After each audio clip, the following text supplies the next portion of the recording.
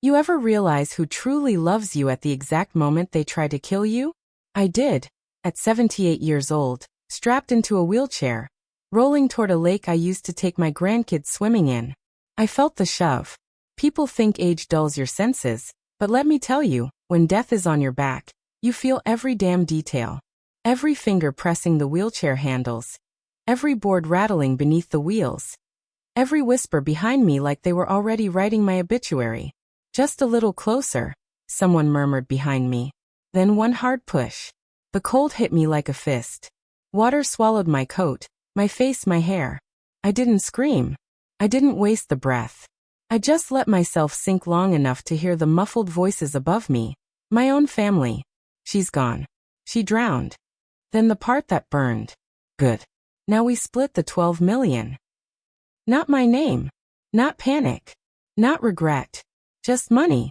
Like I was a busted appliance they finally hauled to the dump. But I wasn't done.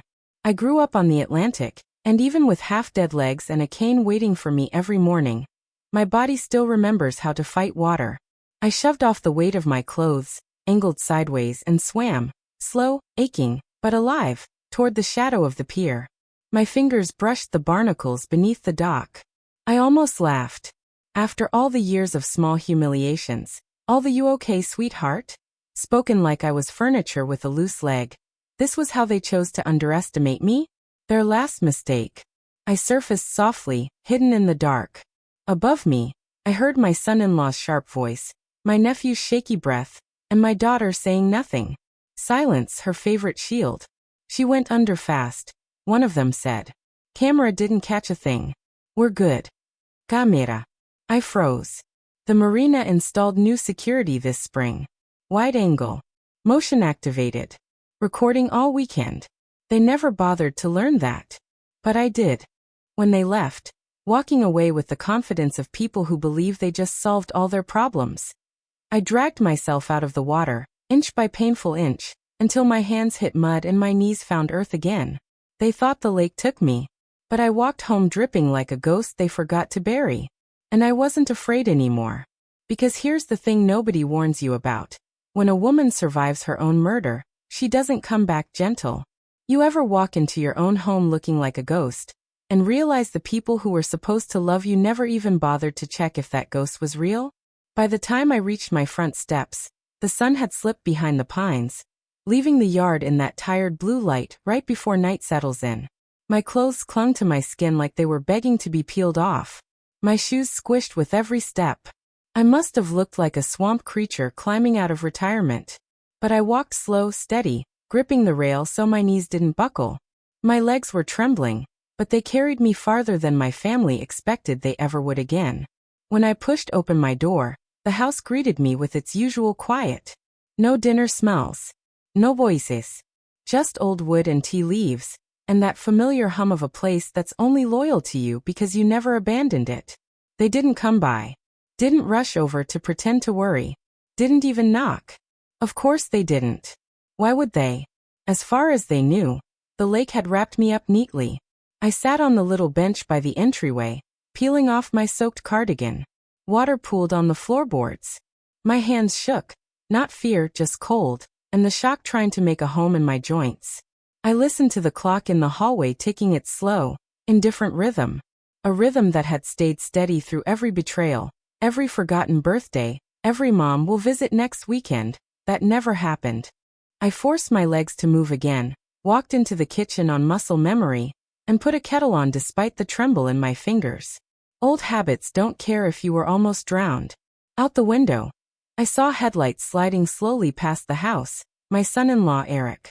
He didn't stop. Didn't even slow down. Probably checking for cops. Interesting how concern shows up only when it threatens them. I wrapped my hands around the warm mug once the tea was ready. Didn't drink it, just held it, letting the heat seep into my bones. I could have called the police, a neighbor, anyone.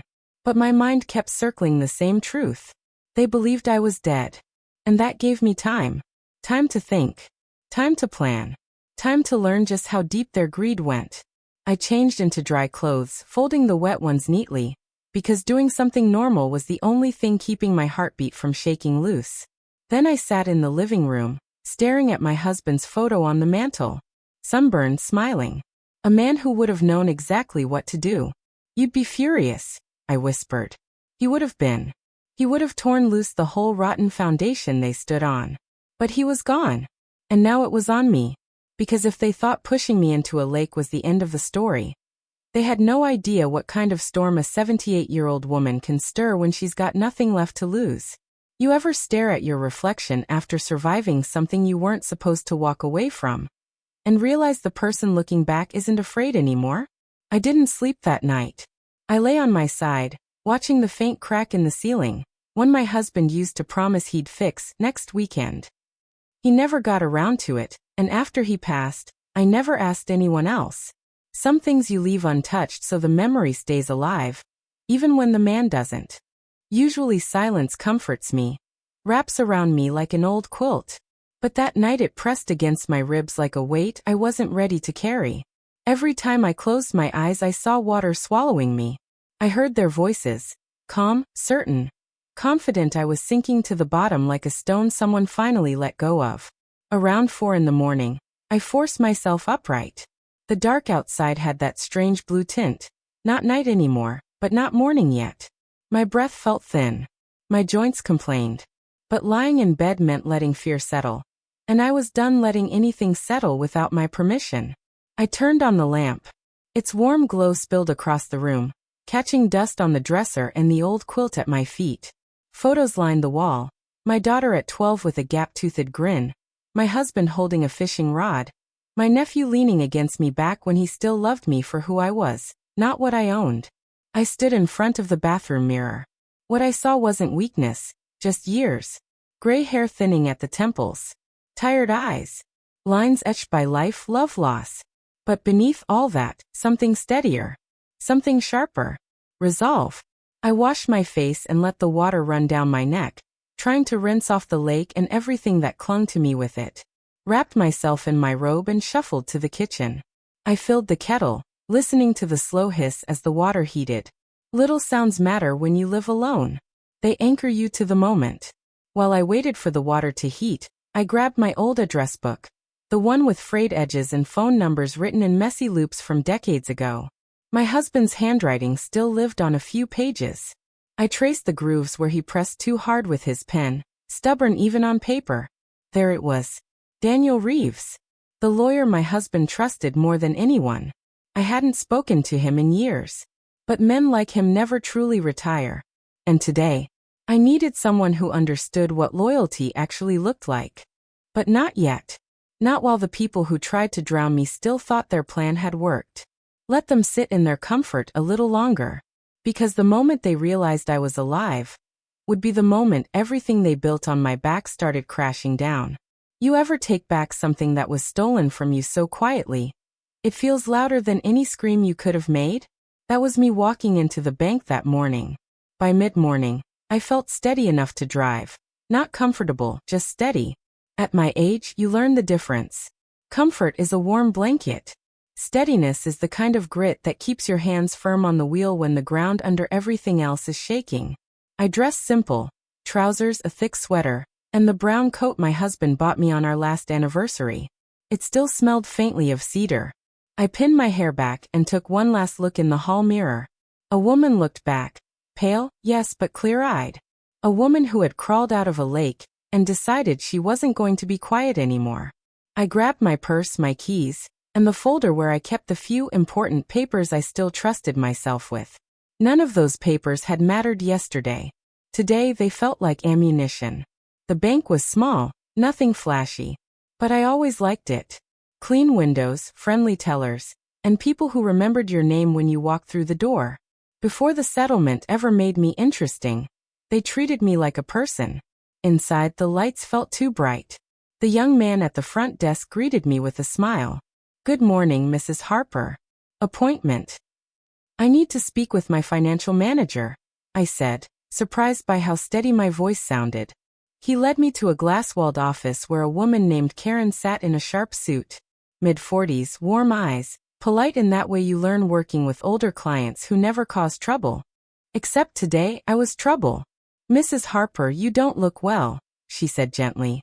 Are you feeling all right? I've fine, he replied. I need a full review of my accounts. Every payment. Every transfer. Every authorization my family has. She blinked. All of them. All, I said. Today. She hesitated, then nodded. Her fingers began tapping across her keyboard. For a few long minutes, the only sounds were clicking keys and the soft hum of the air conditioner. Then her eyebrows pinched together. Mrs. Harper, are you aware of these charges? She turned the screen toward me. Line after line of transactions. Withdrawals, transfers, subscriptions I never purchased, loans I didn't take. All neat. All quiet. All dripping with my son-in-law Eric's fingerprints.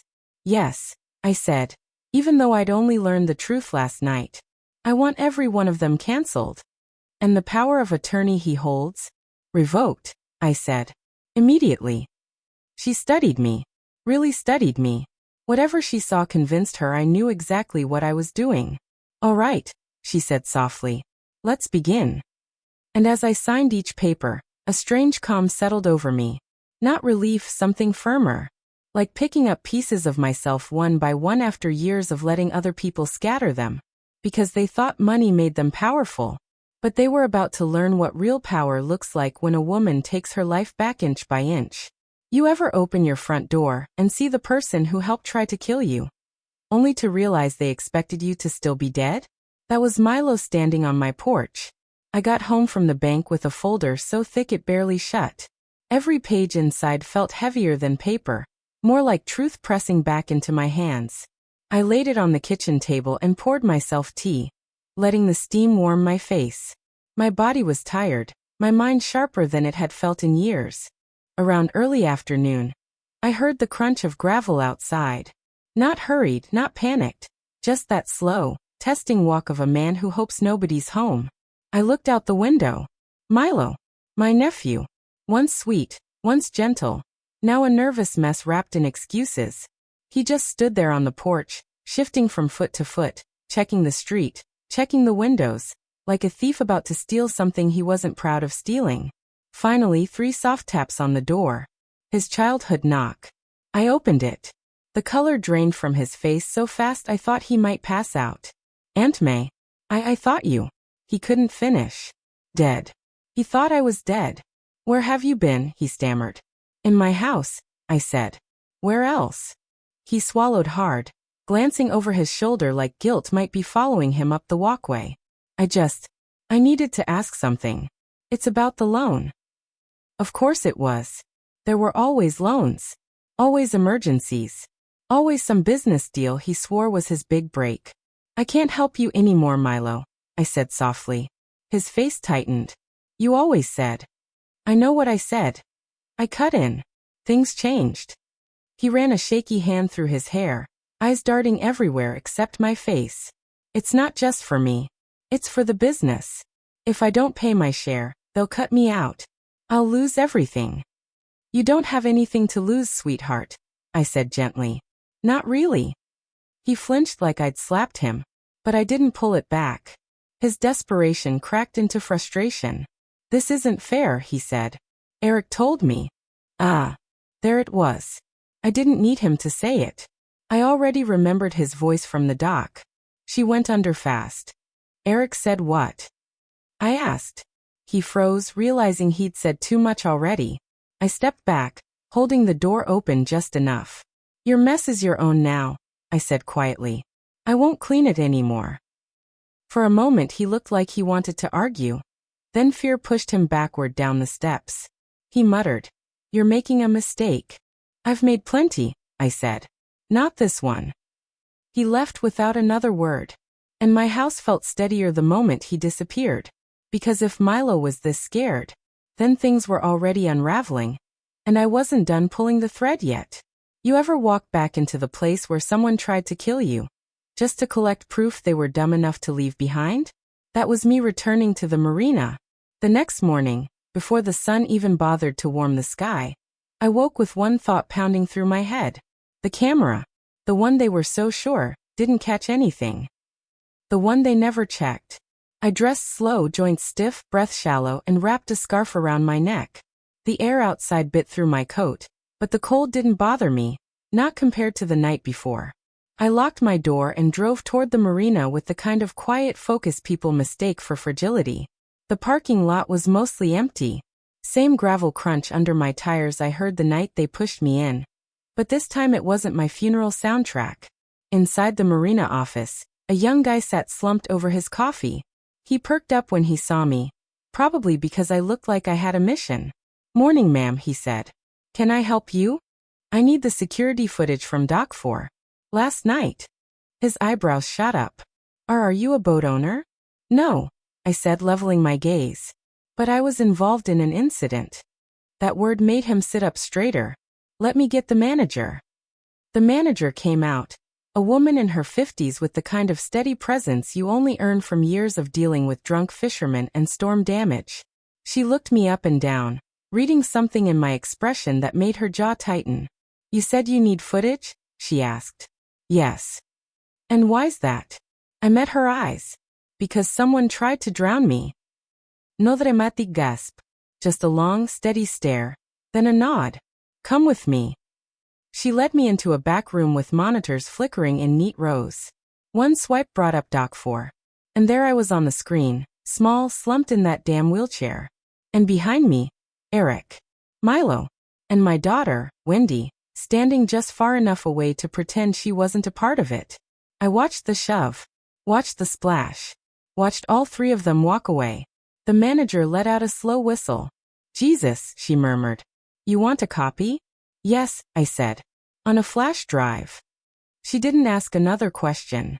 She downloaded the footage, handed me the drive, and rested her hand on mine for a moment.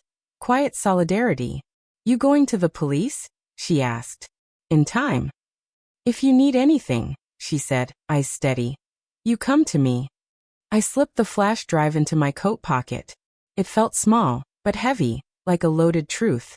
Because they thought water would bury my story. But I was about to show them the camera never blinks. You ever hand someone a tiny little object, no bigger than your thumb drive, and know it holds the power to burn an entire family tree to ash? That's what I felt walking into Daniel Reeves's office. I didn't drive straight home from the marina. I sat in my car, hands on the wheel, breath fogging the windshield, feeling the weight of that flash drive settle into my coat pocket like a brick made of truth. Eventually, I turned the key and headed into town. Not toward the police station, not yet. Justice, if you want it clean, can't be rushed. My husband used to say that, and the memory of his voice steadied me. Daniel Reeves's law office sat above the same hardware store it always had. The paint on the stair rail flaked off under my fingertips as I climbed. Age has a way of making you slow, but it also teaches you to move with purpose. I pushed the office door open. Daniel looked up from a sea of papers, glasses sliding down his nose. For a moment, he just stared like he was seeing a ghost. Then he stood. "May Harper.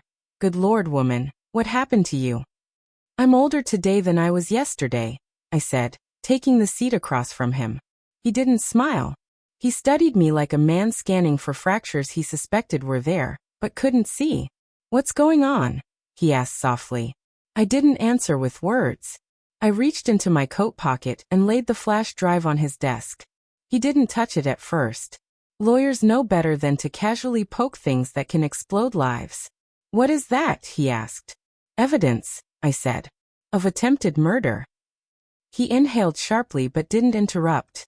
So I told him everything, every detail of the dock, the shove, the cold swallowing me. I spoke calmly, like someone reporting a broken window instead of a broken betrayal. When I finished, he leaned back, rubbing his jaw. "Jesus, May," he whispered. "Your own family." "Yes. You should have called the police immediately." "I know. But you didn't." "No." He sighed, leaned forward, and folded his hands. "All right. What exactly do you want?" It surprised me how fast the answer came. "I want my life back," I said. "My money. My house. My name. And I want protections in place so they can't touch a dime ever again." He nodded. "Reasonable." "And I want time. Time before this goes to the police. Before they panic." Daniel studied me for a long moment, then nodded slowly, deliberately. "Then we'll do this carefully. He pulled out forms, marked lines with a blue pen, and began building walls around my life piece by piece. Legal walls. Thick ones. When he clicked his small safe shut around that flash drive, something inside me loosened. Not relief. Something colder. Something stronger. Because taking back my life was one thing, but watching theirs unravel was coming next. You ever sit across from someone who actually sees you? Not the age, not the weakness, not the lies people built around you, but you? That's what it felt like when my granddaughter walked through my door that evening. After leaving Daniel's office, I drove to the old pier outside town. Not the marina, the public pier, the one where my husband and I used to eat sandwiches and talk about nothing and everything. I sat on the worn beam where he once wrapped his arm around me and told me to stop shrinking myself to make others comfortable. Funny how advice like that only lands years too late. By the time I finally made it home, the house felt different. Not safer. Not warmer. Just clearer. Like it had finally accepted the new version of me. The one that wasn't backing down anymore. I set the thick folder of bank statements on the table and reached for the phone to call my granddaughter, Lila. But something stopped me. She deserved to hear everything face to face, not through a shaky voice and buzzing phone line. So I waited. Around 6, the doorbell rang softly, 3 gentle taps. The kind that belong to someone who respects your space.